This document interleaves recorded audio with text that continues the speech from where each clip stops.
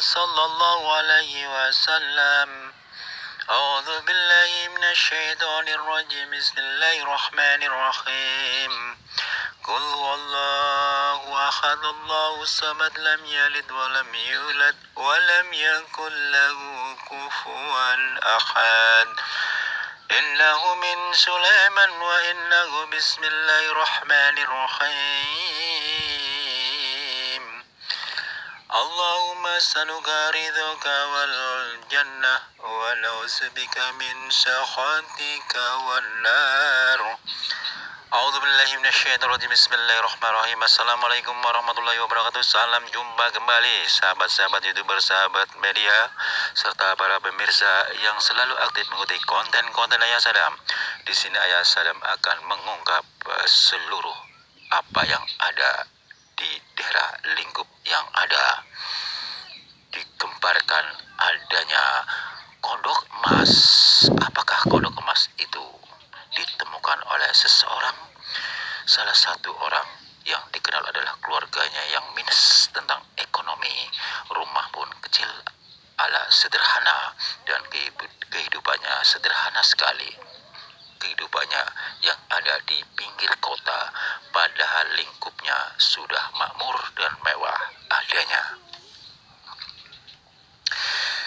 Mereka masing-masing memang punya pekerjaan, yaitu tidak lepas dari pekerjaan seorang petani, buruh petani adanya. Lantas kebetulan yang menemukan kodok emas tersebut adalah salah satu pemuda yang usia 17 tahun, yang kebetulan memang pekerjaannya adalah mencari rumput. Kebetulan dia memiliki beberapa kambing, adalah kambing titipan seseorang untuk dipelihara dengan hitungan 1:3. Apabila mendapatkan keturunan nanti mendapatkan 1, yang 2 adalah pemilik, di mana pemilik kambing yang ada. Disitulah dia hampir setiap hari mencari rumput. Di saat mencari rumput, dia kedapatan sesuatu binatang, yaitu kodok emas. Disitulah dia sempat berhenti dengan adanya kodok emas yang sedang berbunyi. Sedangkan kodok emas itu suaranya berbeda daripada kodok pada umumnya dan nyaring sekali. Disitulah lantas di situ dia mengatakan, dan dia bergumam, dia mengatakan demikian, ya Allah ya Robbi, seumur-umur saya baru mengetahui adanya kodok emas, persis warnanya emas, tapi dia tidak besar, dia kecil, sedang, ukurannya tidak bedanya dengan kodok biasa. Siapakah dia yang sebenarnya? Lantas setelah si abang tersebut bertanya kepada si kodok tersebut, berusaha bertanya, Assalamualaikum warahmatullahi wabarakatuh. Kodok, mohon maaf, saya adalah orang awam, saya adalah orang miskin yang tidak punya apa-apa. Saya kerjanya cuma mencari rumput. Itu pun saya punya beberapa kambing dari milik seseorang untuk dipeliharanya. Kalau insya Allah mendapatkan keturunan, saya akan mendapatkan bagian 1:3. Saya dapat 1/3 si pemiliknya. Lantas kenapa dan siapa kamu? Tolong kamu jawab. Lantas psikolog itu tiba-tiba muncul menjadi manusia. Anak muda, saya memang berupa kodok. Sekarang saya muncul menjadi manusia tua. Peliharalah saya, di mana terserah kamu mau dibuat seperti kayak semacam kandang, terserah kamu. Kamu akan tahu jawabannya seperti apa. Lantas si anak muda mengatakan, bisa kamu ceritakan kronologinya seperti apa? Tadi saya baru saja melihat kamu kodok seperti emas. Sekarang ini mohon maaf, saya barangkali kurang sopan. Sekarang berwujud seperti kakek-kakek. Siapa Anda kakek-kakek? Apakah saya pantas memanggil kakek? Lantas si kakek mengatakan, terserah kamu saja. kamu cukup panggil kakek nggak apa-apa, kata si kakek mengatakan demikian. Lantas apa yang dimaksud suruh dipelihara dan bagaimana makanannya? Lantas si kakek mengatakan, kamu tidak usah memikirkan masalah makan, saya tidak makan. Saya adalah tidak lepas dari bangsa jin muslim yang ada. Lantas si anak itu sempat kaget dibuatnya. Dia bergumam, lah ini jin, saya bisa bertemu dengan bangsa jin tapi bisa menyerupai kodok. Setelah dia menyerupai kakek-kakek seperti manusia layaknya, bisa begitu ya? Lantas si kakek, anak muda, jangan kau pikirkan, kamu gak usah bingung. Saya tidak akan apa-apa dengan kamu, bahkan saya akan membantu kamu. Kamu akan berubah keadaan ekonomi lebih baik termasuk buat keluarga kamu. Pada saatnya nanti, kamu akan tahu. Lantas setelah selang 1 minggu, si kodok itu yang ditemukan di mana suatu tempat yang ada di belakang rumah yang ada. Dia sering komunikasi dengan si anak muda itu. Anak muda, bukalah tas bagian kamu yang ada di rumah. Apabila ada sesuatu, manfaatkan dengan baik. Barangkali kamu bisa membangun rumah ini dengan baik dan keluarga kamu disejahterakan sehingga ekonominya lebih baik, bisa mengubah untuk pencahariannya, mungkin mau dagang, mau usaha apa aja, insya Allah. Lantas si pemuda itu beranjak dari tempat di mana ada di belakang rumah yang sedang ngobrol dengan si godok tersebut. Lantas si anak itu masuk, membukanya tas, tiba-tiba berlian banyak sekali yang ada di tas. Barangkali ada ribuan butir. Lantas ada suara tanpa wujud, manfaatkanlah dengan baik.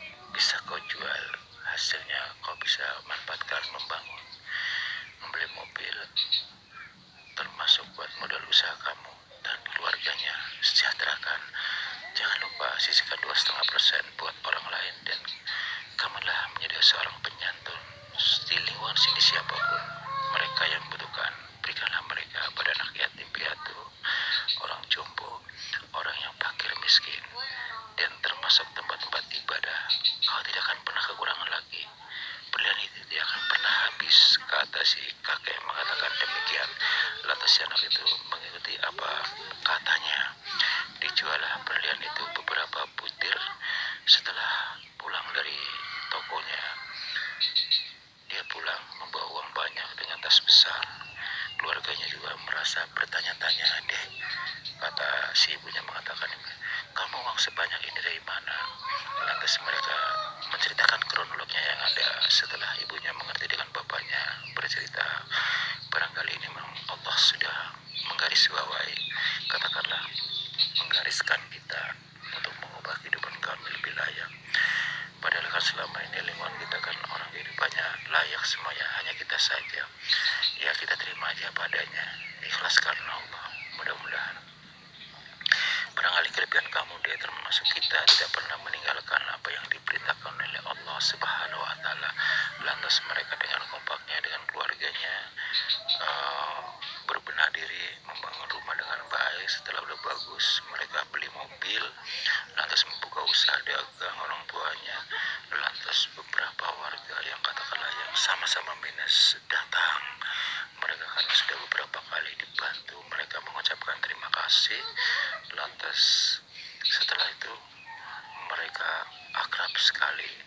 Terus salah satu si pemuda mengatakan kepada beberapa warga yang memang kehidupannya sama minus, mengatakan, begini bapak-bapak ibu-ibu, kalian gak usah khawatir, insya Allah akan saya bantu untuk memperbaiki rumah dan termasuk untuk modal. Lantas mereka merasa senang dan terima kasih kepada si pemuda itu. Lantas tapi mereka ada salah satu yang bertanya akan adanya perubahan si pemuda itu memiliki kelebihan.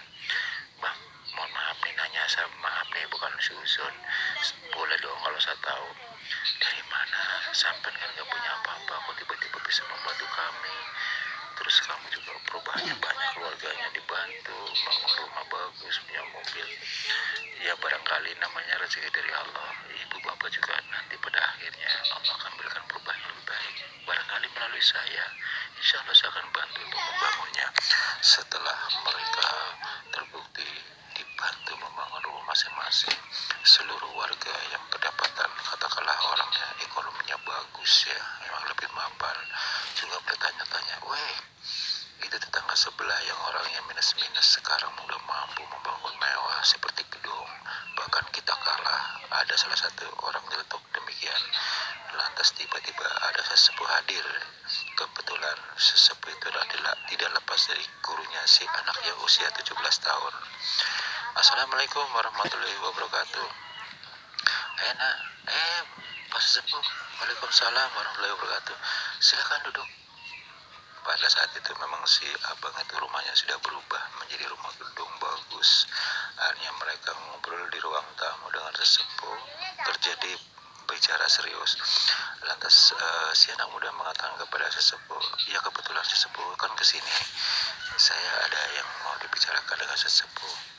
Begini sesepuh, alhamdulillah alhasil Pak Sesepuh tahu sendiri kan kondisi kami seperti apa. Alhamdulillah sekarang kami sudah mampu memperbaiki rumah, punya mobil, bahkan kami sudah menyantuni semua orang yang membutuhkan.